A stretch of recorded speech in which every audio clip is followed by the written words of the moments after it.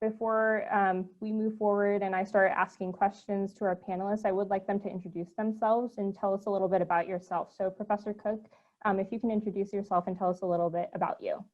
Hey, Justin Cook. I'm the chair of EBM, that's Econ and Business Management. I've been at UC Merced for 7 years. I'm natively from Louisiana.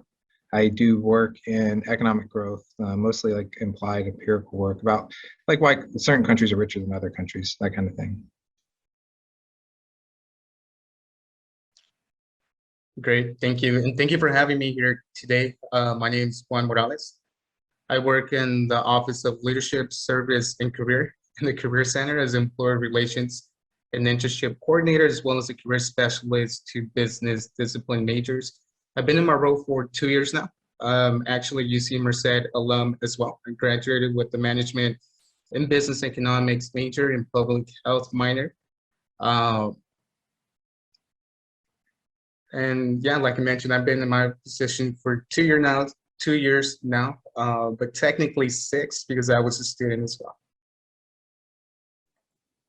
Awesome. Thank you both for introducing yourselves. For students that just came in, once again, if you have any questions, please feel free to use the chat function to state your questions, and I will say them aloud. We'll go ahead and get started. Since I'm moderating, I'll go ahead and just start asking a few questions to you all.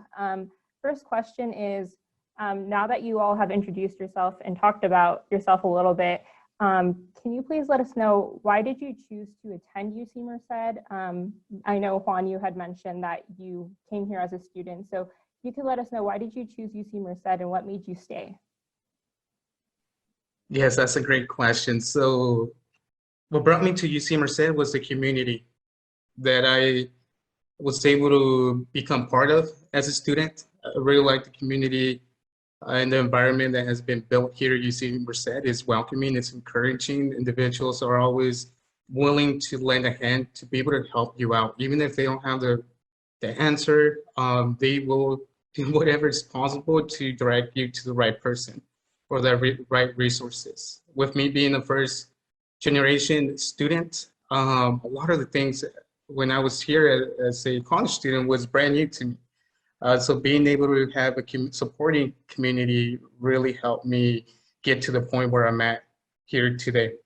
And then coming back, so once I graduated, I left UC Merced for a couple of years, working as a recruiter. And when the opportunity presented itself, I wanted to be part of that community again. I wanted to be able to give back, be able to help students who might be going through similar things as I did when I was a student as well, and be able to help them achieve their goals with the experience and the skill sets I was able to develop when I was a student at UC Merced as well as a professional. Awesome, thank you for sharing, Juan. Professor Cook, can you let us know what made you choose to teach here at UC Merced? Oh, I don't really have any great like humanitarian benefit. The salary was higher and my teaching load was lower, so that was kind of what I was looking for to help me kind of continue with my research. So yeah. For sure. Can you tell us a little bit about some of the courses that you teach here at UC Merced? Yeah, so I teach money and banking, which is kind of, it centers around the role of the Federal Reserve and like monetary policy. So why does the Fed increase or decrease the money stock? Why are interest rates changing? Like, what's the purpose of these things? I also teach an undergrad growth course, which is kind of more sparsely taught, I'd say, because now I'm switching into more of a graduate growth course. So we just rolled out a new PhD program, and so I'm more involved with that. So just the growth course kind of goes over some simple theories like the Solo model and talks about how countries accumulate factors of production like capital and labor and how those kind of translate into output later on. And it talks about maybe that simple model isn't the best way to think about the world, and why we have large amounts of inequality, not like income inequality like in the US. I'm talking about inequality across countries in terms of like output per person, why these exist and kind of why they persist. So that's kind of the focus of the 2 growth courses. And just a follow-up question to that, are you doing any type of research at UC Merced currently? Yeah, always. A big kind of like I'm chair now, which is like a bit of a time suck. Like I do a lot of stuff, which is slowing down research. But yeah, so no, I have a few papers right now. So one, I'm looking at the effect of there was this demonetization event in India. So the Indian government at the end of 2016 got rid of like 500 and 1,000 rupee notes, and that comprised like 86% of the currency. So it was like, oh, like imagine like we're here in the U.S. Like overnight they got rid of $20 and $10 bills. You had to turn those into the bank to get new ones. So what was kind of the fallout from that? And so a lot of prior research has shown that there were very negative like impacts to the economy in the short run. And we kind of look at things a little bit further on, and we kind of think about the schemes in which people got that money back into the economy. And so kind of we think there was some kind of redistribution some redistribution was happening, getting money in poor people's hands. And so this led to consumption increases and overall output increases in the medium term. And then also I have been working on this project for a very long time, probably my first or second year at UC Merced, where I wanted to map the historic location of every civilization across time. So from 3200 BC to the present day. So a lot of like modern growth literature. So the kind of stuff I do in growth mostly is about long run stuff. So long run persistence. So countries that were rich like 500 years ago around colonization remain rich today. So why is that? Growth theory says that shouldn't be the case.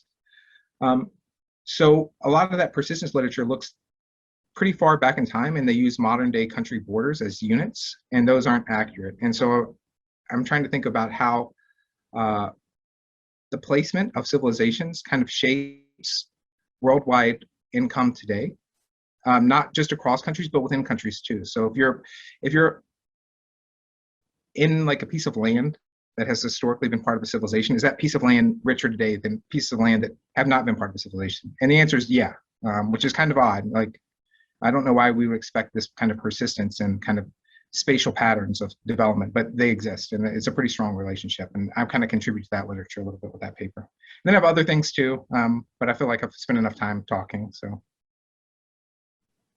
And one more question to follow up to that. Students that are interested in participating in research, how can they do that within your department?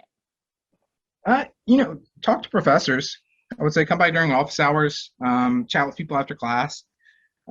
A lot of the times what happens, at least in my personal experience, is how I hire research assistants is we have teaching professors in the econ department.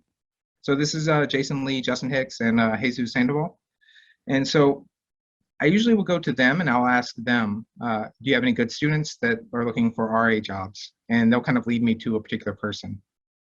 So that's generally how it works on my end, is I kind of go through the teaching professors. And the reason I do that is because teaching professors interact with students to a much greater level than I do. And so they have a better idea of like which students are interested in research and something. But again, like you can directly talk to me or you can directly talk to other professors and kind of indicate your willingness. I've served on like this UROC surf thing a couple times, and that's just like kind of this undergrad research initiative. I think you get something, there's something on the student's end.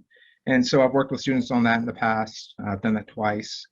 But yeah, I would say just kind of talking to people and letting them know who you are and that you're interested in research is probably the first step and like the biggest step. Awesome, thank you for sharing. Juan, moving towards your department a little bit, can you tell us more about your department and the services that are offered there? Yeah, so for anyone that's not familiar where the Career Center is located, we are located in the SSB building on the second floor. And you're more than welcome to be able to come in, be able to engage with our career specialists.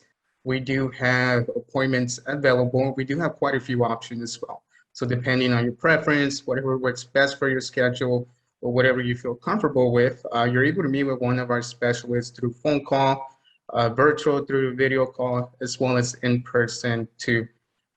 If you want to be able to make an appointment, you can utilize Handshake. Handshake's a platform that we use for our career specialists to be able to meet one-on-one with our students for appointments, as well as it's a platform where students can look for on-campus job opportunities, internships, full-time opportunities, see what events we're hosting, as well as what events employers are hosting as well, and career fairs too. Some of the options that you would see if you make an appointment with me or another career specialist. It's resume and cover letter review, mock interviews, career conversations, employment search. And again, this is on-campus internships and full-time opportunities, career assessments. If you're exploring and seeing what careers are going to be the best fit for you. We do also host workshops, professional workshops. We host these workshops every Friday from 12 p.m. to 1 p.m. Again, if you're interested, you are more than happy to register for this workshop on Handshake under events. And some of the topics that we go through for the professional workshop, it varies every week. So every week's going to be a new topic. So if there's a specific topic that you're interested in, you want to make sure that you know the date that the career specialists are going to be presenting. And some of these topics, again, are our resume and cover letters, a LinkedIn profile, how to build one, or how to beef up your current LinkedIn profile, networking. I know Professor Cooks mentioned reaching out, connecting with your professors. How do you do that right? How do you network with your peers? How do you network with your professors? And how do you network with professionals as well? So that's a great workshop to be able to attend, as well as entrepreneurship. That's one of the topics that we also discussed. We also have quite a few other resources. If you're in the interviewing process, you met with the career specialist, or you were able to utilize some of the resources we have for the resume as well as the cover letters on our website. You can also utilize Standout. Standout is a virtual platform for students. It's a completely free resources for students to utilize to be able to practice their interviewing skills. The way it works, there's a series of questions that you can select, or you can select a pre-made series created by your career specialist, or specific to the position that you might be applying to, and their behavior and situational based questions. So you'll have a professional or career specialist asking the question with the video playing. As soon as the question's asked, the video will stop playing, your camera is going to turn on. So highly recommend you to use your laptop as well as to have Wi-Fi or internet connection. And the camera is going to record your response. Now, this is a great resource because you have the opportunity to be able to see how you're answering your questions. Are you truly answering the questions? Are you speaking too fast, too slow, too low, or too high? Or is there too many hands movements or so on, right? So you want to make sure that you are utilizing this tool to prepare for any interviews that you may have coming up, especially now that we're living in a virtual world. A lot of employers are looking into this option as being a part of the process of the interviewing process with it. We also host, we also partner with Forage, a company that creates projects and assessments to be able to help students gain the experience before they have the experience. So one of the common questions that I hear is, how do I get experience if I don't have experience? Especially with some internships requesting students to be able to have some kind of experience to be able to apply to their opportunity. And Forage, you can find a link to this company's platform on our Career Center as well. You do need to be able to use your UC Merced credentials to be able to log in. It's a completely free resource to students and alumni as well. It's also a great resource if you're doing career exploration, right? Before you truly commit to an internship or to a full-time opportunity, if you're going to be graduating here soon, you can take one of their assessments. You can complete one of their projects to get a sense of what accounting is, what marketing is, what management is, what finance is as well. These projects tend to go up to two to 4 weeks, or even a week, depending on the project that you are selecting. Forage has partnered with Fortune 500 companies as well as smaller companies as well to be able to create customized projects and assessments for that specific company. And what's cool about this as well is you're gaining experience, you're developing skill sets. But once you complete the assessment, the employer, they're able to take a look at your work. And if they're impressed by your work, they can reach out to you to encourage you to apply to one of their opportunities or programs as well. We also host employer events, whether it's info sessions, Instagram takeovers, where we have employers take over our Instagram page and be able to share insights about their career opportunities, their internships, and their companies. And it's a great way to be able to connect with the recruiters or the hiring managers as well, to be able to build those relationships and get more an insight of who they are and what opportunities they offer as well. We have virtual bus tours, which focuses on a company. Each tour focuses on a different company, their culture, their environment, their opportunities. Employers tend to host info panels, alumni panels, professional panels, as well as provide virtual tours of their facilities as well. So it's a great event to attend, just to get an idea of who they are, as well as it's another opportunity for you to network with professionals as well. We do have a couple of events coming up. We have our graduate fair, our fall 2021 business, science, engineering, and tech graduate and professional fairs coming up on September the 29th. It's going to be virtual. We're going to be hosting this fair on our Handshake platform. So if you're interested in attending, you can register there. It's going to take place from 12 to 3 p.m. And then our career fair is coming up as well, and that's going to be on the 12th of October from 11 a.m. to 3 p.m. And it's not just full-time opportunities, but as well as internships as well. So if you're a second year, you want to make sure that you're attending to be able to build those networks, be able to meet with the recruiters and hiring managers as well, and learn more about their opportunities.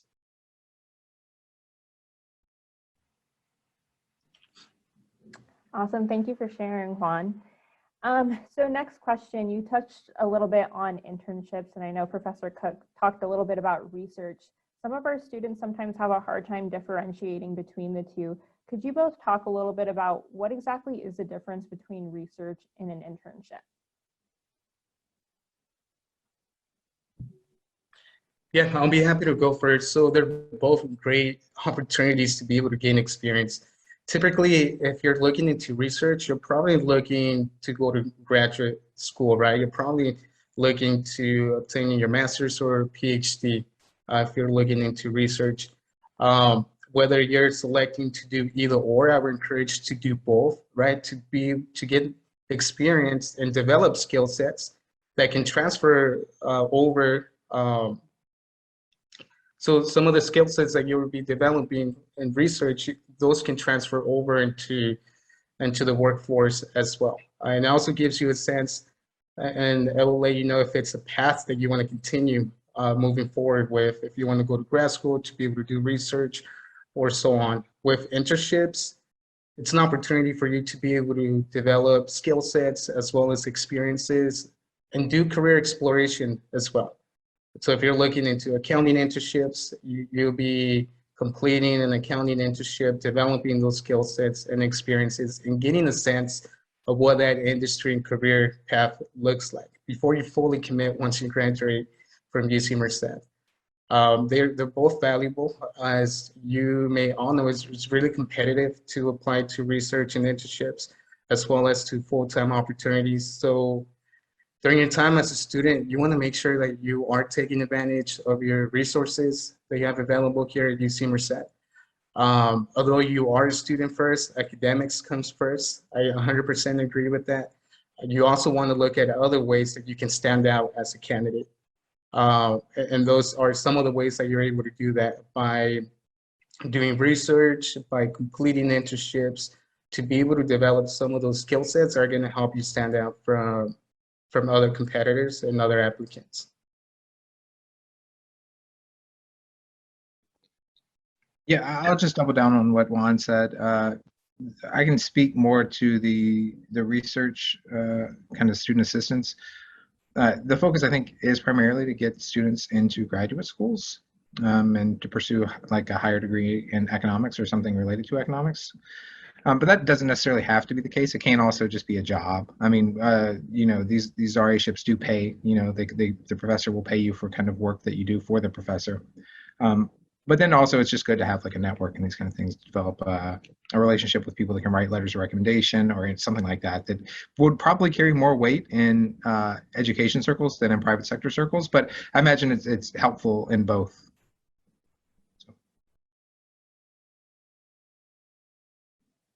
Awesome, thank you. Juan, a question for you. We have a student asking, where is the Career Center located?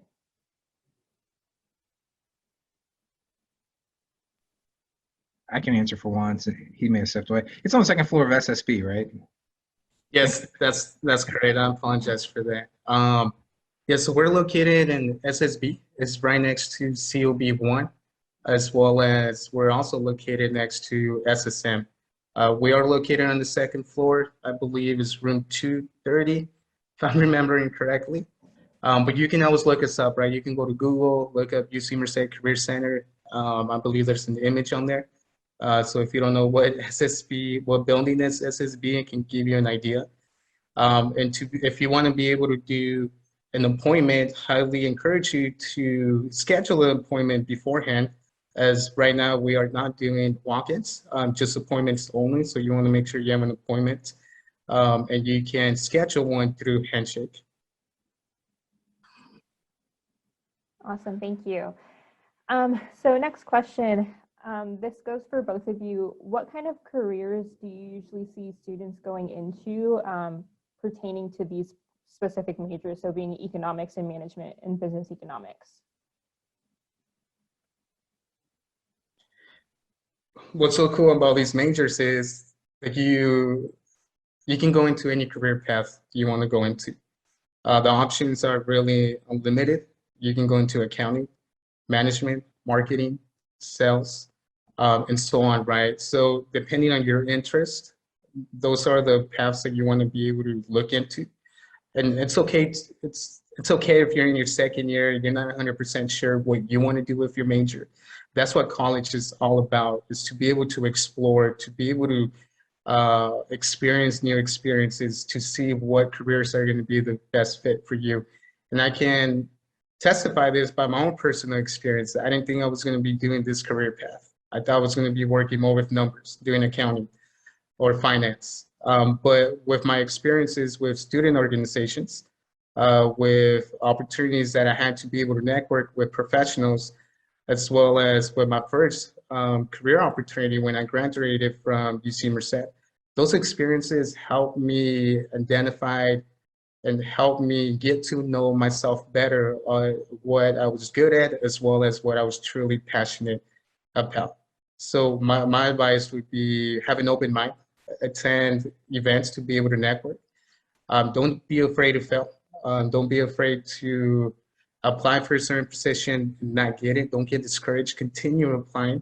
And if you're not 100% sure what you want to do, what career paths you might be interested in, why not explore them? Connect with the professional, attend info sessions, attend workshops, complete internships, complete projects, do research to see what career paths are going to be the best fit for you. Everyone's different. So what was the best fit for me might not be the best fit for you. And the same thing, right? What's the best fit for you is not going to be the best fit for me as well.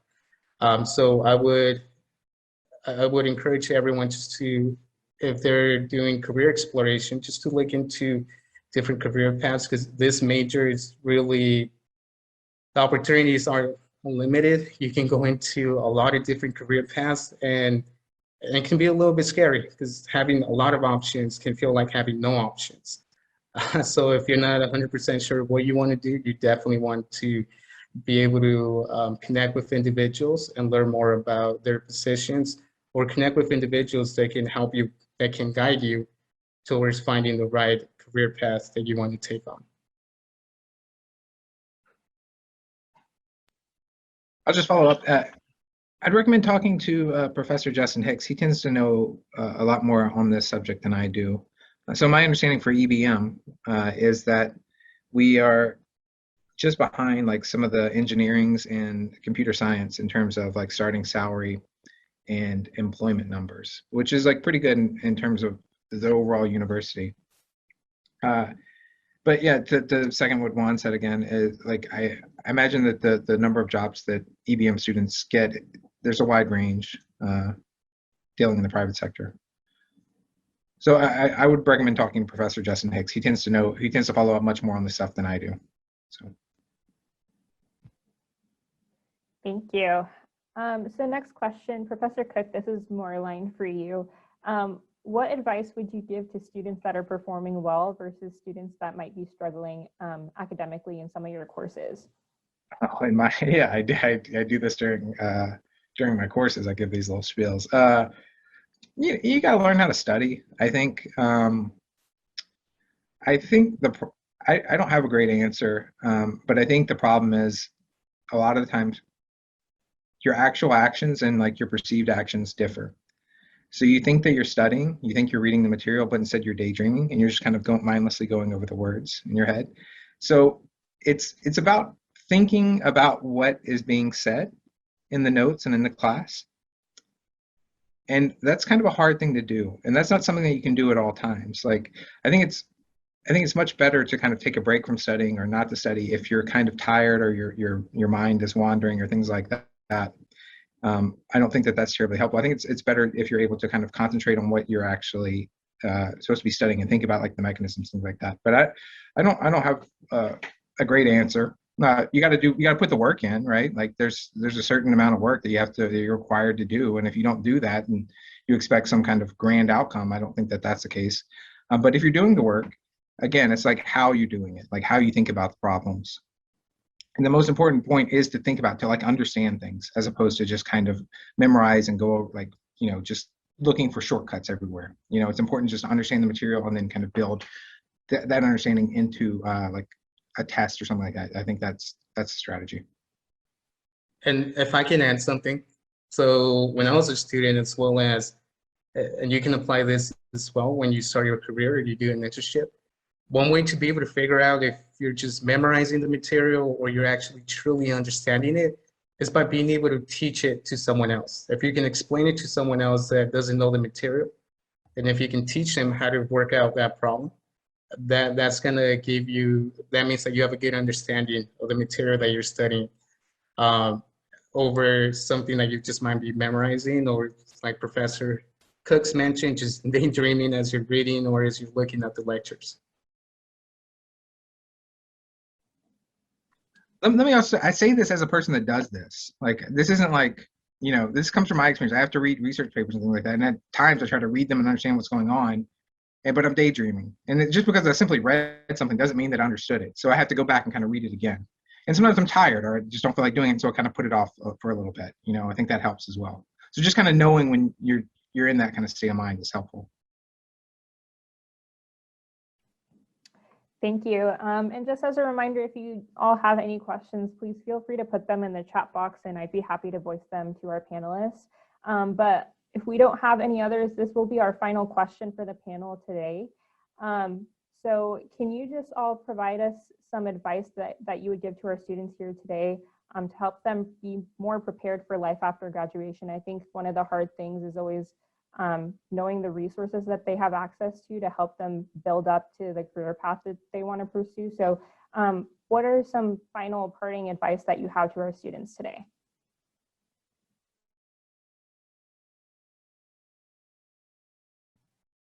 I would say take action. Even though you're in your second year, you may feel you still have a lot of time to go before you graduate UC Merced, before you have to start thinking about graduate school, before you have to start thinking about professional careers after graduating. Take action today. You want to make sure you're as prepared as you can once you do graduate. One way to be able to do this is just utilizing your resources you have available with your professors, your academic advisors, your career advisors as well as different workshops that you might see around campus, not just with the Career Center, but like with the UROC as well, and with other departments around campus that they're hosting as well. If I had an opportunity to be able to talk to my past self when I was a student, that would be my advice: is take action as a second year. Don't be afraid to fail, and don't be afraid to ask for help as well. Yeah, I would stress soft skills matter. So just being nice, personable, charismatic. Well, not necessarily charismatic, just being nice, showing up on time, doing things you're supposed to do, you know, which I think I, college is kind of this abstract thing, like where, you're exposed to a lot of different problems and a lot of different ways of approaching problems. And your job may be a little bit more specific and it may be tailored to solving a particular problem at a particular time. And so kind of the general learning that I think comes out of college is that, like, just learning how to kind of problem solve and how to kind of, take care of yourself and show up on time and do things that you need to do. And so I think that those kind of skills do translate into the real world, much more so than, memorizing that if the money supply goes up, interest rates go down, and that stimulates the economy, all right? But there are just like being exposed to problems and being willing to tackle those problems, I think is what kind of is the benefit of college. Well, so if there are no other questions, I want to thank our panelists for joining us today. That concludes our panel. For the students, if you all have any academic advising related questions, we do encourage you to join our walk-in hours or meet with your peer navigator in person during walk-in hours. But other than that, you all have a wonderful rest of your day.